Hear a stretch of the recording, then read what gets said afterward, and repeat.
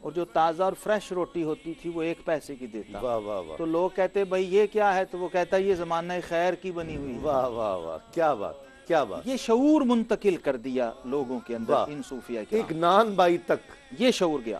جی. یہ کریڈٹ ہے خواجہ غریب نواز. کیا.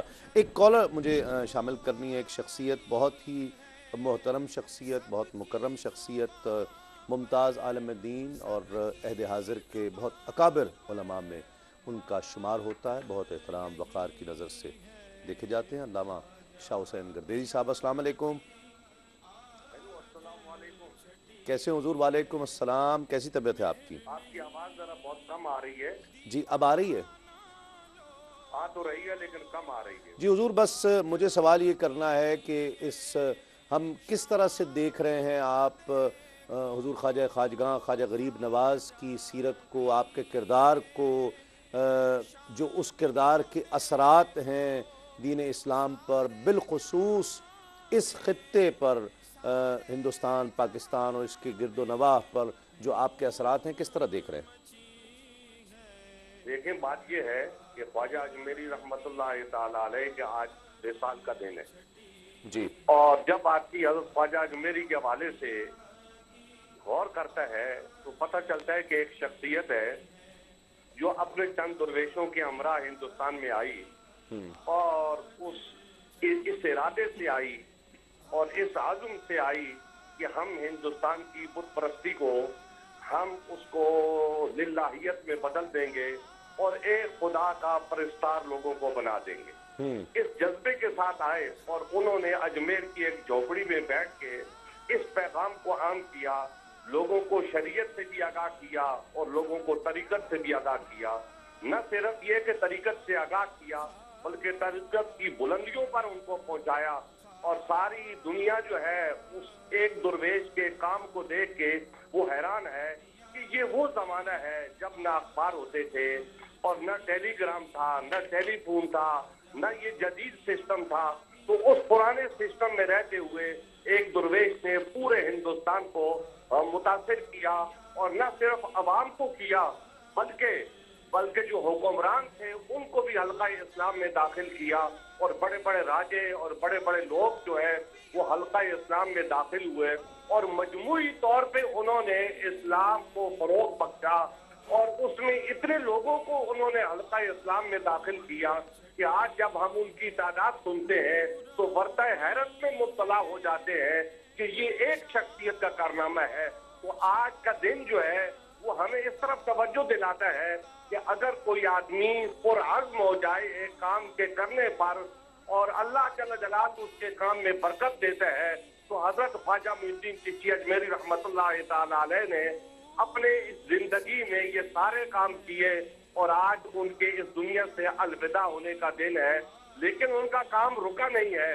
ان کے بے شمار خلفاء جو ہے ہندوستان کے مختلف شہروں میں آباد ہو گئے اور انہوں نے ان کے پیغام کو، اسلام کے پیغام کو، دین کے پیغام کو، محمد عربی صلی اللہ علیہ وبارک وسلم کی محبت کے پیغام کو پورے ہندوستان میں عام کیا اور اس کو فروغ. جی بہت شکریہ شاہ صاحب. غالباً ٹیلی فون لائن ڈسکنیکٹ ہو گئی ہے.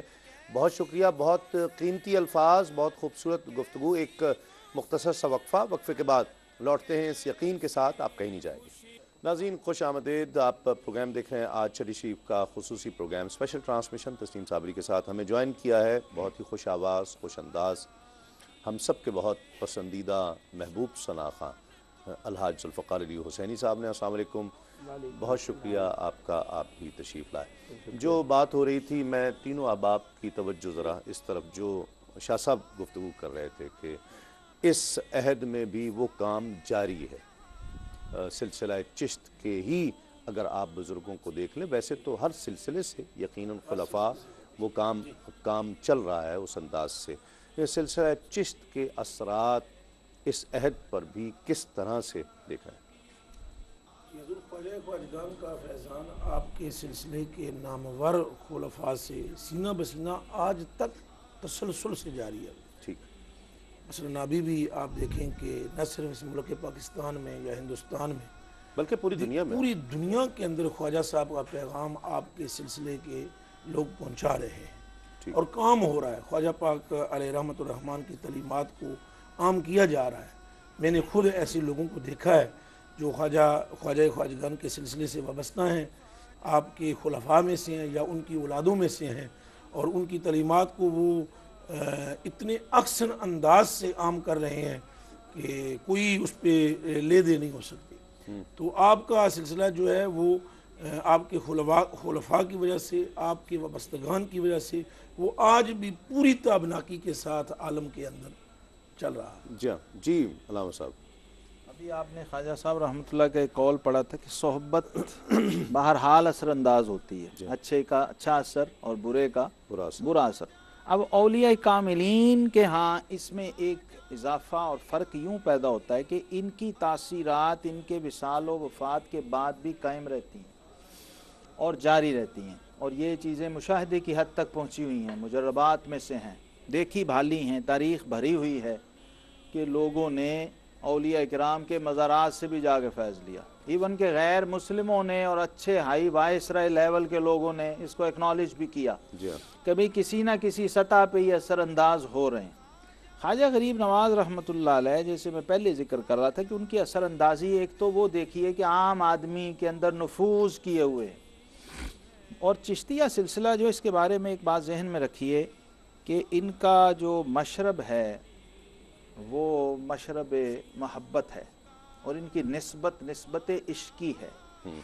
تو اس نسبت اور اس مشرب کا یہ خاصہ ہوتا ہے کہ یہ زیادہ حدود و قیود کے، شرائط کے اور ان لوازمات کے اتنے پابند نہیں ہوتے عام آدمی کے لیے، دروازہ کھلا رکھتے ہیں، بلکہ اس میں مسلک و مذہب کی قید بھی اٹھا دیتے ہیں۔ خواجہ صاحب رحمۃ اللہ علیہ نے اپنے سلسلے میں اس چیز کو بطور ایک اصول و ضابطہ کے داخل فرمایا، اور بعد میں ان کے اہل سلسلہ نے اس روایت کو اس طرح اختیار کیا، اپنایا کہ خانقاہوں میں خازنوں کو، لانگریوں کو انسٹرکشنز ہوتی تھیں کہ جو شخص بھی یہاں آئے، نہ اس کا مذہب پوچھنا ہے، نہ اس کا مسلک پوچھنا ہے، اسے یہ پوچھنا ہے کہ تم نے کھانا کھایا کہ نہیں، کیا بات، اور تمہیں رہائش کے لیے کوئی جگہ میسر ہے یا نہیں، اور اگر نہیں ہے تو یہ دروازہ تمہارے لیے کھلا ہے۔ یہ دو چیزیں ایسی تھیں صابری صاحب جو مسلمانوں کی روایت ہے۔ بخاری شریف کی حدیث ہے، عبداللہ بن عمر رضی اللہ عنہ کہتے ہیں میں نے رسول اللہ صلی اللہ علیہ وسلم سے پوچھا کہ ایمان کے بعد سب سے افضل چیز کیا ہے؟ فرمایا صلاۃ علی وقتہا، نماز کو اس کے وقت پر ادا کرنا۔ پوچھا حضور اس کے بعد؟ فرمایا اطعام الطعام، لوگوں کو للہ فی اللہ کھانا کھلانا۔ اور یہ کھانے کو جس طرح ان صوفیہ نے سمجھا ہے نا کہ کھانا کس طرح رزق جو ہے وہ مرزوق کو کھینچتا کیسے ہے، یہ خدائی سسٹم ہے، اللہ کا نظام ہے جو رب العالمین ہے، اور یہ اس رب العالمین کی بندگی کا حق یوں ادا کرتے ہیں کہ کسی جنگل ویرانے میں بھی اگر ایک کنالی چاولوں کی لے کر بیٹھ جائیں یا دودھ کا ایک پیالہ اس نیت سے لے کے بیٹھ جائیں کہ مولا کوئی آئے، کوئی مسافر اور اس کو پی لے، تو وہ اللہ نے جس کے لیے وہ رزق لکھا ہوتا ہے اس جنگل و ویرانے میں بھی اسے پہنچاتا ہے۔ کیا بات، ورنہ آج کی عقل ہمیں یہ کہتی ہے کہ خواجہ صاحب کو اجمیر جیسے بے آب و گیا جگہ پہ جانے کی کیا ضرورت تھی، وہ کسی دلی یا کسی بمبے میں جا کے بیٹھتے، کسی بڑے معروف جگہ پہ بیٹھتے۔ صوفیہ کا یہ بھی مسئلہ نہیں ہے، یہ جنگل کو منگل بناتے ہیں، اور آپ تاریخ اٹھائیے ان بزرگوں نے جہاں جہاں ڈیرے لگائے ہیں، جو اب ان کا وقت تھا تو وہ جگہیں اتنی مشہور و معروف نہیں تھیں۔ ہاں، علاقوں سے یہ نہیں پہچانے گئے، ان سے علاقے پہچانے جاتے ہیں، یہ بھی ایک خوبی اور خاصیت ہے۔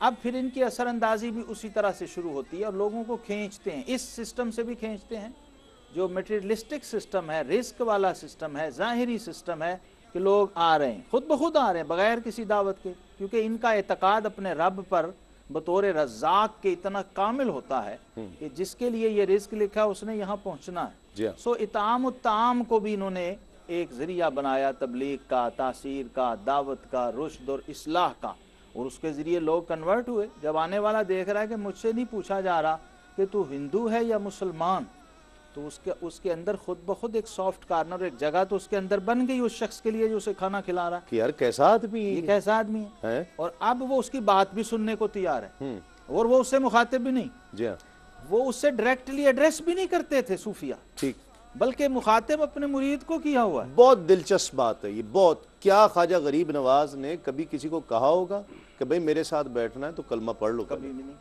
کہا ہوگا یہ؟ کبھی بھی نہیں کہا۔ یہی تو میں بتا رہا ہوں کہ ان کا مشرب ہی نہیں ہے۔ ہوتا یہ تھا کہ وہ جو آتا تھا وہ کہتا تھا خواجہ صاحب مجھے کلمہ پڑھائیں۔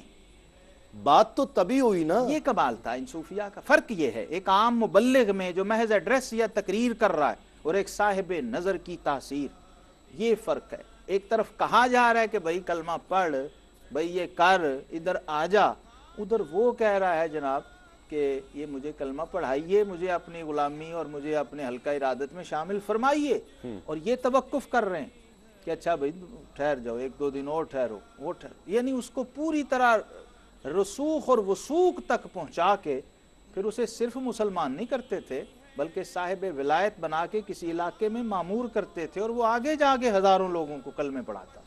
یہی بات ہم یہ جو بات کر رہے ہیں بہت کھول کر واضح کر کے علامہ صاحب نے ذکر کر دی۔ میں یہی پوچھنا دیکھیں سر، اب اکثر کی بات کر رہا ہوں میں، چند ایک لوگ استثناء موجود ہے، بہت اچھے لوگ، علماء مشائخ میں بھی بہت باکمال لوگ اس وقت بھی موجود ہیں، اور یہ ممکن ہی نہیں ہے کہ نہ موجود ہوں۔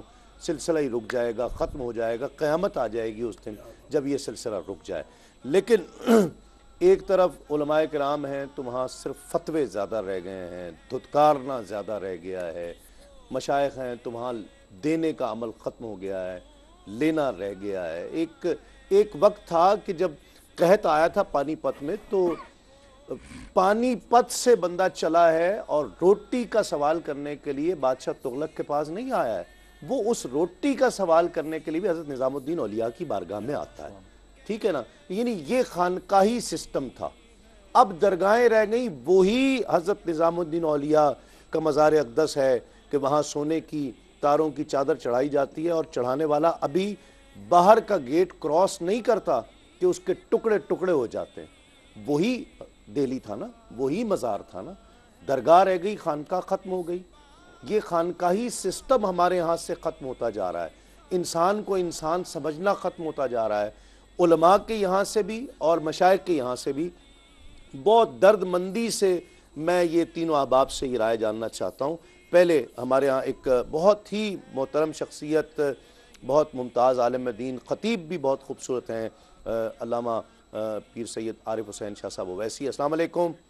وعلیکم السلام ورحمۃ اللہ وبرکاتہ۔ یہ پیاری گفتگو اور اتنی پیاری مجلس سجانے پر الحاج تسلیم صاحب آپ کو مبارک ہو۔ بہت بہت شکریہ، بہت شکریہ۔ کیا کہتے ہیں، کیا کردار دیکھ رہے ہیں خواجہ غریب نواز کا؟ کوئی مثال امت مسلمہ میں ایک ایسی بہت ہی منفرد قسم کی شخصیت ہیں خواجہ غریب نواز؟ میں تو سب سے پہلے ان علماء کرام کی بارگاہ میں ارمغان نیاز شکریہ کا پیش کروں گا کہ اتنے خوبصورت کلمات سے انہوں نے آج کی امت مسلمہ کو جگایا ہے، اور خانقاہی نظام میں جو ہے نا انہوں نے جو محبت اور پیار کا جو درس دیا ہے، ابھی ان کی گفتگو سے میرا دل چاہ رہا تھا کہ یہ بولتے رہیں اور ہم سنتے رہیں ان کی باتوں کو، اور آپ نے بڑی خوبصورت ماشاءاللہ آج کی مجلس مبارک کا سجائی ہے، اور اس طرح لگ رہا ہے جیسے خواجہ غریب نواز کی نظر کرم آج ARYQ-TV کے اس خصوصی پروگرام پر، خصوصی ٹرانسمیشن پر خصوصی نظر کرم وہاں سے ہو رہی ہے اجمیر شریف سے۔ الحمدللہ بڑے معرفت کے جام لٹائے جا رہے ہیں، میرا بڑا دل خوش ہو رہا ہے اس گفتگو کو سن کر۔ میں صرف اتنا ہی عرض کرنا چاہوں گا کہ واقعی کہ وہ وقت خانقاہی نظام کا کچھ اور تھا اور آج کچھ اور ہو چکا ہے، لیکن حضور خال خال اس امت میں نظر آتے ہیں، اب بھی کرتے ہیں جو ظالم اشک سحرگاہی سے وضو۔ آج بھی واقعی ایسی ہستیاں موجود ہیں، صرف یہ ہے کہ ہمارے اندر تلاش اور جستجو ویسی نہیں رہی۔ ہم لوگ بھی اب جو ہے نا خانقاہوں سے تعلق، ہم نے بھی دنیا داریوں کا جوڑ رکھا ہے۔ ہم جو عقیدت مند جاتے ہیں، ہماری بھی دنیا کی مرادیں ہوتی ہیں، ہمارے اندر بھی نفس کی مرادیں ہوتی ہیں۔ دونوں طرف ہے، دونوں طرف ہے، دونوں طرف، بالکل صحیح کہہ رہے ہیں آپ۔ تو اس وجہ سے یہ ہے کہ ہم بھی اگر وہاں سے خدا کے طلبگاروں کو لینے چلے جائیں۔ خواجہ صاحب کی ایک بات حضور میں نے پڑھی تھی، ہندوستان کے ایک حضرت وحید مسعود صاحب، ان کی کتاب ہے، اس میں ایک بات پڑھی کہ ایک بار خواجہ صاحب نے بڑی لمبی آہ کھینچی اور آہ کر کے فرمایا، افسوس میں جس سودے کو لے کر چلا ہوں اب اس کے گاہک کم نظر آتے ہیں۔ یہ آپ کے انتقال کے زمانے کے وقت کی بات ہے۔ کسی نے پوچھا حضور وہ کیا ہوا؟ فرمایا میں تو چاہتا ہوں مجھ سے اللہ کو مانگا جائے، اور لوگ جہاں دنیا مانگنے آنے لگ گئے ہیں، میں چاہتا ہوں اللہ کو مانگنے والے آتے۔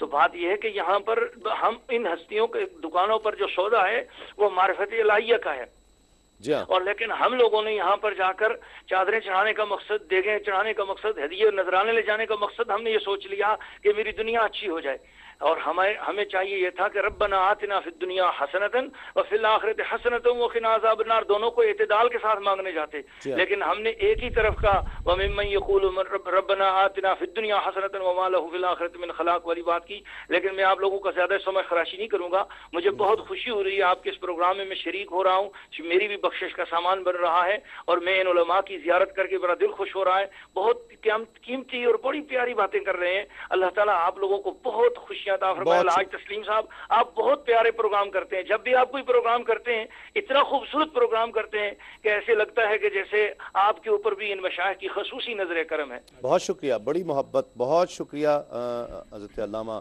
سید عارف حسین شاہ صاحب اویسی۔ میں جو سوال کر رہا تھا سر، میں عرض کرتا ہوں جس طرح قبلہ نے مجدد صاحب نے کہا کہ یہ مشائخ چشت جو ہے ان کی نسبت عشقیہ ہے، اور یہ آنے والے سے یہ نہیں پوچھتے کہ تم کون ہو۔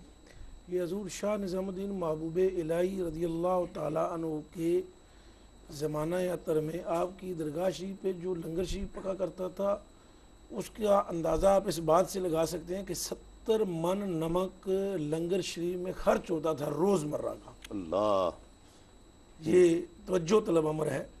اور ہردیو کمار زمانہ کھاتا ہوگا، زمانہ 70 من نمک وہ ایک جنس ہے کہ جو کھانے میں سب سے کم مقدار میں ڈالی جاتی ہے۔ اگر نمک 70 من خرچ ہوتا ہو تو اس اناج کی کتنی ہوگی، اس کی وزن کیا ہوگا، یا اس کی تعداد کیا ہوگی، یا مقدار کیا ہوگی۔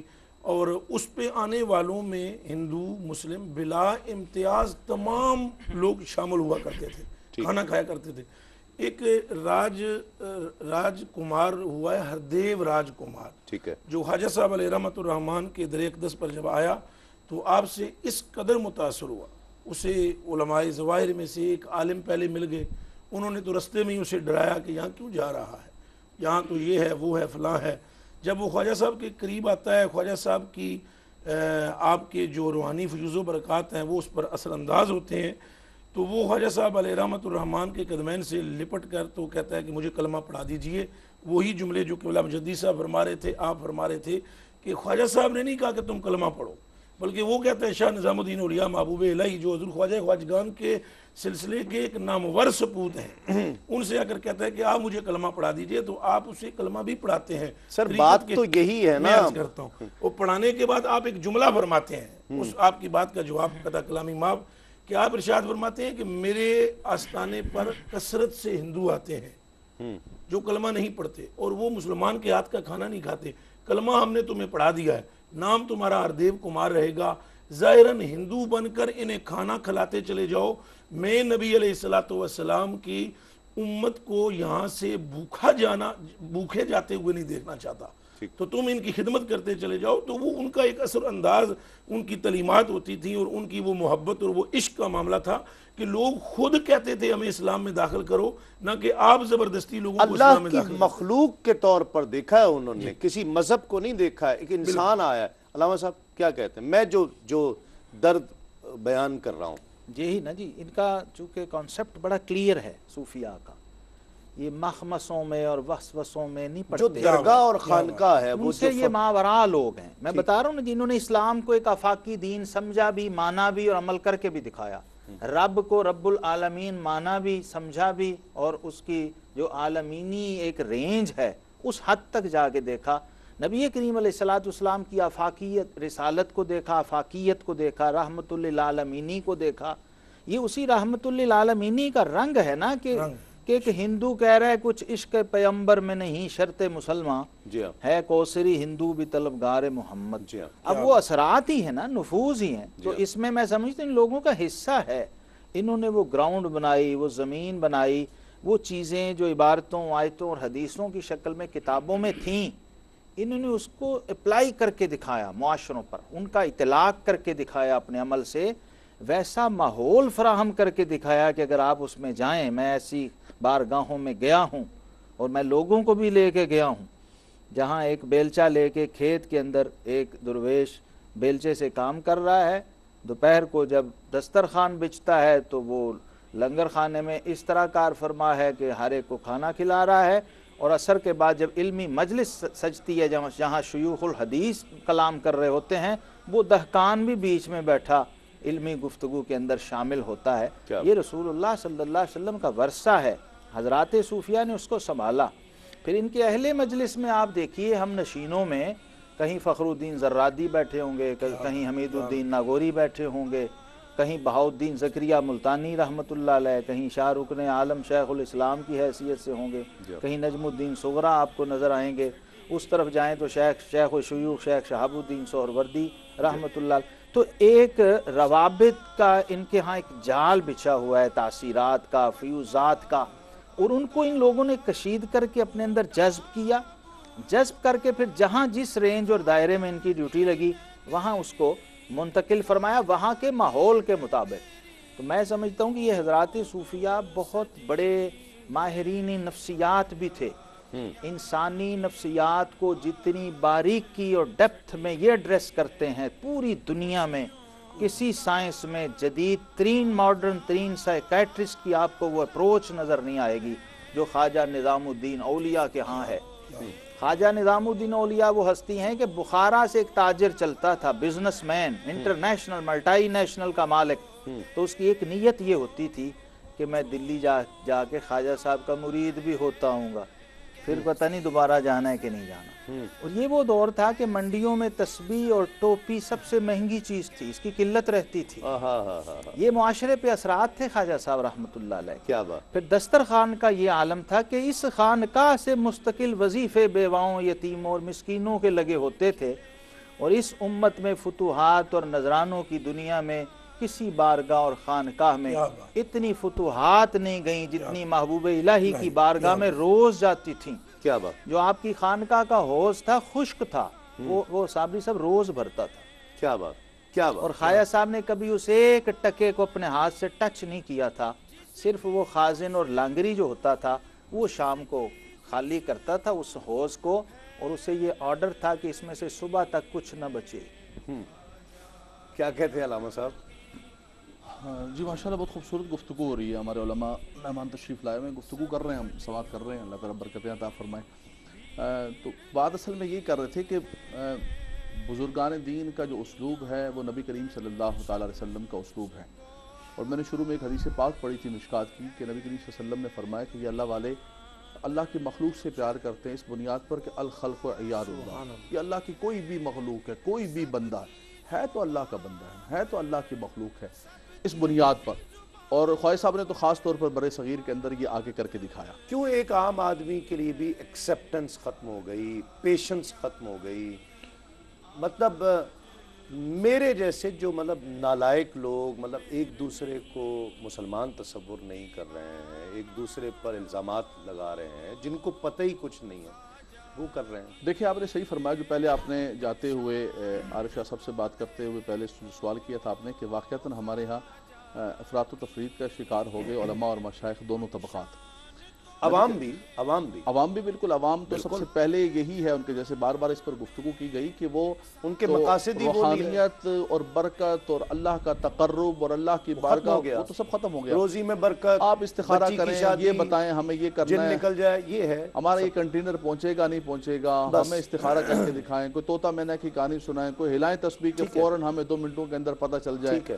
بلکہ وہ ایک بزرگ فرما رہے تھے کہ ہمارے پیر صاحب بھی ڈیفنس کے اندر امام ہیں، ڈیفنس کی بیگمات تو اب یہ کہتی ہیں کہ پیر صاحب کوئی تعویذ لکھیں اور تعویذ لکھ کے اپنے گلے میں ڈال لیں، اس کے اثرات ہم تک پہنچ جائیں، ہمیں اپنے گلے میں نہ ڈالنا پڑے۔ تو یہ روحانیت کے ساتھ ایک مذاق ہے۔ اللہ والوں نے یہ کچھ کام نہیں کیا، یہ کوئی تعویذ فروشی اور تعویذوں کے دھندے نہیں کیے، انہوں نے مخلوق خدا کو تبدیل کیا۔ وَيُعَلِّمُهُمُ الْكِتَابَ وَالْحِكْمَةَ وَيُزَكِّيهِمْ۔ لیکن نبی کریم صلی اللہ علیہ وسلم کی بارگاہ کے اندر یہ کوئی تقسیم نہیں تھی کہ علم ایک الگ چیز ہے اور تزکیہ ایک الگ چیز ہے۔ اللہ کے نبی صلی اللہ علیہ وسلم کے تو دونوں اوصاف تھے، وَيُعَلِّمُ مُعَلِّمًا وَبُعِثْتُ مُعَلِّمًا، اور خود نبی کریم صلی اللہ علیہ وسلم نے اپنے نظر کرم سے پاک فرمایا۔ مسجد نبوی کے اندر دونوں مجالس، حلقہ ذکر بھی موجود ہے، صفہ بھی موجود ہے، علم کی مجلس بھی موجود ہے۔ ہاں اللہ کے نبی صلی اللہ علیہ وسلم نے فرمایا کہ میں علم کی مجلس کو پسند کرتا ہوں۔ دونوں طریقے، خواجہ غریب نواز رحمۃ اللہ تعالیٰ علیہ، جتنے بھی صوفیاء کرام ہیں، یہ تو آج ہوئی نا تقسیم ہمارے ہاں، بغیر علم کے، باج علم جڑا کرے فقیری، من تزاہد بغیر علم، یہ تو اب سلسلہ ہوا، پہلے یہ کبھی بھی تقسیم. اور تسلیم بھائی آپ حیران ہوں گے، دنیا عرب میں آپ چلے جائیں، کہیں بھی دنیا کے اندر ایسا نہیں ہے کہ علماء بیٹھے ہوئے ہیں جو تصوف کو پڑھتے ہیں کہ صوفیاء کرام جاہل ہوں، انہیں قرآن نہ آتا ہو، انہیں حدیث نہ آتا ہو، اور کہ جی میرے ہاتھ میں ہاتھ دو میں تمہیں جنت میں لے کے جانا ہے. یہ دنیا میں کہیں نہیں ہوتا ہے. یہ ہمارے یہاں بر صغیر کے اندر ایک پگڈنڈی نکالی گئی ہے کہ چھوڑو جناب قرآن و حدیث کو، چھوڑو علم کو ملنگ چھوڑو. ہے، یہ ملنگ ہے. فقیراں دی راہ اور ملنگ ہے. فقیراں دی راہ اور ہے تے علماء دی راہ اور ہے. مول صاحب چھوڑو ہے تانوں گلا نہیں پتہ نہیں. اے بڑی طریقت کی گل. یہ کہیں دنیا کے اندر ایسا نہیں ہوتا ہے. یہ ہم نے یہاں پر یہ راستے نکالے. ان کے ہاں سوال ہی پیدا نہیں ہوتا کہ قرآن اور حدیث نبی کریم صلی اللہ علیہ وسلم کی لائی ہوئی شریعت، اللہ اور اس کے رسول کا. تو باقی بنیادی جو آپ چرس بات بھی چل رہی ہے، بھنگ بھی چل رہی ہے، اور ملنگ ہیں یہ. حضرت بات سنیں، بنیادی جو ہم آپ نے جو سوال کیا تھا نا کہ بالکل فیئر ہم بات کرتے ہیں، یہ سب بزرگان دین کو ماننے والے بیٹھے ہوئے ہیں، اور بحمدللہ تعالی ہماری پہچان یہ ہے، اللہ والوں سے نسبت اور تعلق ہماری پہچان ہے. لیکن کتنی تباہی اور بربادی ہے کہ آج مزاروں پر چادریں چڑھ رہی ہیں، گھوم کے بازاروں کے اندر آ رہی ہیں، اور امت کے بچے ان کے پہننے کے کپڑے بھی نہیں ہیں. اعلیٰ حضرت امام اہل سنت نے تو یہ فرمایا تھا کہ جب تک ایک چادر پرانی نہ ہو جائے دوسری چادر مت چڑھانا. اگر بتی یہ قبر کے اوپر مت جلانا، یہ تو قبر والے کو آگ دینے کے منع. یہ تو کاروبار ہو گئے، یہ چادروں کے کاروبار، یہ اگربتیوں کے کاروبار، یہ دیگوں کے کاروبار. وہ گھما پھرا کر میں نے محمد علی سوسائٹی میں بات کی تو ہمارے کو سرمایہ دار ناراض ہو گئے. میں نے کہا ہمارے یہاں 11ویں ہوتی ہیں، 12ویں ہوتی ہیں، تیجا ہوتا ہے، 40واں ہوتا ہے، کون کھاتا ہے؟ کہیں بلوچستان میں یا کہیں صبح سرحد کے اندر کوئی غریب نہیں کھاتا. ادھر ہی بیٹھ کے ہم سب آپس میں کھا رہے ہوتے ہیں اور خوش ہو رہے ہوتے ہیں کہ جناب یہ ہم نے بہت بڑا، ہم نے بزرگوں کے طریقے، وہ بزرگان دین ان کو کھلاتے تھے کہ جو ان کے پاس کھانے کے لیے نہیں تھا، بھوکھا ہے، اسیر ہے. تو بزرگان دین کی اگر روحانیت ان کے طریقے پر اور معاشرے کے اندر واقعتاً تبدیلی چاہتے ہیں تو اصل ان کی علماء کو بھی اور مشائخ کو بھی ان کی نہج کو پکڑنا ہوگا، ان کی بنیاد کو، اساس کو لے کے چلنا ہوگا. آج بھی تبدیلی ہو سکتی ہے، آج سر بھی وہ رحمتیں اتنی ہو سی سکتی ہے نا، ہیں. بات تو اتنی سی ہے نا کہ انسان کو انسان سمجھے. بالکل اللہ کی مخلوق بات سے یہی پیار تو کریں. ہم بات کر رہے ہیں، اس کا لب لباب یہی ہے نا کہ انسان کو انسان اللہ کی مخلوق سمجھے. اس طریقے پر میں بات کر رہا تھا، علامہ صاحب بیٹھے ہوئے، اس طریق پر آج بھی کریں. وہ اقبال نے کہا نا فضائے بدر پیدا کر فرشتے تیری نصرت کو. آج بھی وہ رحمتیں برکتیں بزرگان دین کی آ سکتی ہیں اگر ہم اس اسلوب کے مطابق کام کریں. نہ تو علماء، وہ ہمارے یاد ہے آپ کو کہ وہ حمام کی دکان پہ ڈنڈے لے کے نکل پڑے تھے، جناب ہم سارے نائیوں کو ٹھیک کرنا نہیں، جناب بڑی گڑبڑ کر رہے ہیں. نہ تو یہ طریقہ کار صحیح ہے، نہ تو یہ ہے کہ جناب کوئی بھی ہے جناب ہمارے وہاں انگلینڈ کے اندر شراب بیچ رہا ہے، کچھ بھی کر رہا ہے، اور چھوٹو جناب جو کچھ بھی کر رہا ہے سانو نذرانہ پیش کر رہا ہے، سانو کی لے کے کدھروں لے کے آیا کدھروں نہیں لے کے آیا. یہ سب کے سب غلط طریقے. وہی شریعت اسلام اور نبی کریم صلی اللہ علیہ وسلم کے لائے ہوئے دین سے بڑھ کر، وہ جو آپ نے کہا نا خانقاہیں ہماری ویران ہو گئی. اقبال نے کہا تھا نا کہ زاغوں کے تصرف میں عقابوں کے نشے بند. یہ عقابوں کے نشے بند تھے. یہاں شاہین اور عقاب بیٹھا کرتے تھے. آج وہاں سب کوے اور گدھے بیٹھ گئی ہیں جن کا کام ہوتا ہے کچھ بھی ملے اس کو کھانا ہے. تو جب تک وہ نظام، وہ سسٹم نہیں ہوگا معاشرے کے اندر تسلیم بھائی تبدیلی نہیں آ سکتی ہے. چلیں وہ کیسے آئے گی بات کرتے ہیں. اب کچھ تھوڑا سا پریکٹیکل بھی نا، تلخ نوائی تو بہت زیادہ ہو گئی، اب اس پر بات کرتے ہیں. پہلے ایک منقبت جو ہے نا، میں چلے مجھے ہی کہہ لیں کہ میں کر رہا ہوں. ہم سب بزرگان دین کو ماننے والے ہیں، اور ہماری، میں نے عرض کیا کہ ہم سب کی پہچان بزرگان دین کے ساتھ. ذرا وہ باتیں ذرا بری بھی لگتی ہیں نا، کچھ لوگوں کو ذرا بری بھی لگتی ہوں گی، لیکن میں مطلب چاہتا ہوں کہ یہ گفتگو بھی ہونی چاہیے، یہ بات ہونی چاہیے. کہ زہر بھی کبھی کرتا ہے کار تیری آگ کی. جی ہاں بالکل، یہ صوفیاء نے کیا ہے، ہم تو صرف عرض کر رہے ہیں. صوفی سے بڑا تصوف کا نقاد کوئی ہو ہی نہیں سکتا، اور ہمارے اکابر نے کی. آپ کتابیں اٹھا کے دیکھیں، انہوں نے ہاتھ رکھا ہے نفس پہ اور نشاندہی کی ہے. صوفی، متصوف، مستصوف، یہ کشف المحجوب بتا رہی ہے. بالکل خواجہ غریب نواز بتا رہے ہیں کہ کس قسم کے لوگ ہیں جو لبادے اوڑھ کے بیٹھ جاتے ہیں اور حقیقت میں وہ ہوتے نہیں. میں تو یہاں ایک علامہ صاحب کی بات میں اگر اتنا ایک جملہ عرض کر دوں کہ جو نااہل لوگ ہیں وہ مسند ارشاد پہ بیٹھے ہی نہ تو یہ سارے جھگڑے ختم، سارے مسئلے ختم. جب نااہل آدمی آگے بیٹھے گا تو یہ ساری خرابیاں آگے خود بخود پیدا ہوں. ٹھیک ہے، بات کرتے ہیں اس پر، مزید کلام شامل کرتے ہیں. ذوالفقار علی حسینی ہمارے ساتھ تشریف فرما ہے اور خواجہ غریب نواز کی منقبت. بسم اللہ. بسم اللہ الرحمن الرحیم. بسم اللہ. کلام پیش کر رہا ہوں.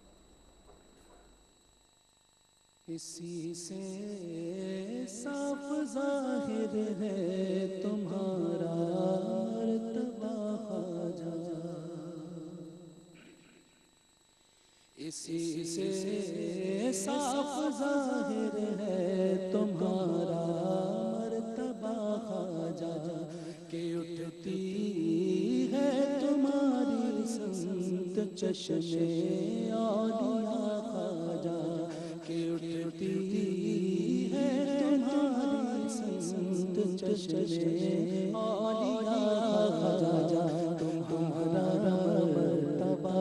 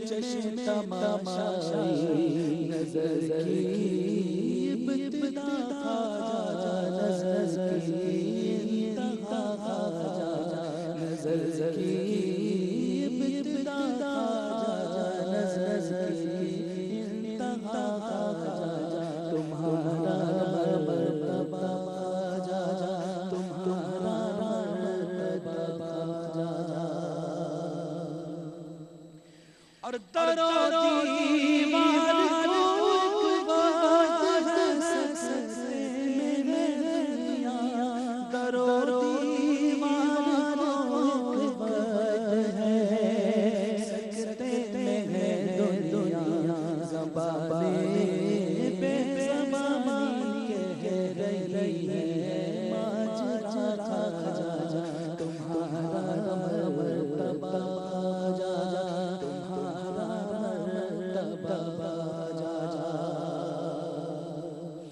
اور زغ شان کری اب میرے دامن میں سب کچھ ہے زغ شان کری اب میرے دامن میں سب کچھ ہے زغ شان کری اب میرے دامن میں سب کچھ ہے میری امید سے تم نے دیا مجھ کو سوا خواجہ تمہارا مرتبہ خواجہ تمہارا مرتبہ خواجہ اور میرے عالم کو بہزاد اہل علم سمجھیں گے میرے عالم کو بہزاد اہل علم سمجھیں گے میرے عالم کو بہزاد اہل علم سمجھیں گے زبان عشق سے کہتا ہوں میں ہر وقت یا خواجہ زبان عشق سے کہتا ہوں میں ہر وقت یا خواجہ تمہارا مرتبہ خواجہ تمہارا مرتبہ خواجہ اسی سے صاف ظاہر ہے تمہارا مرتبہ خواجہ کہ اٹھتی ہے تمہاری سمت چشمے اولیاء خواجہ ماشاءاللہ ماشاءاللہ بہت خوب.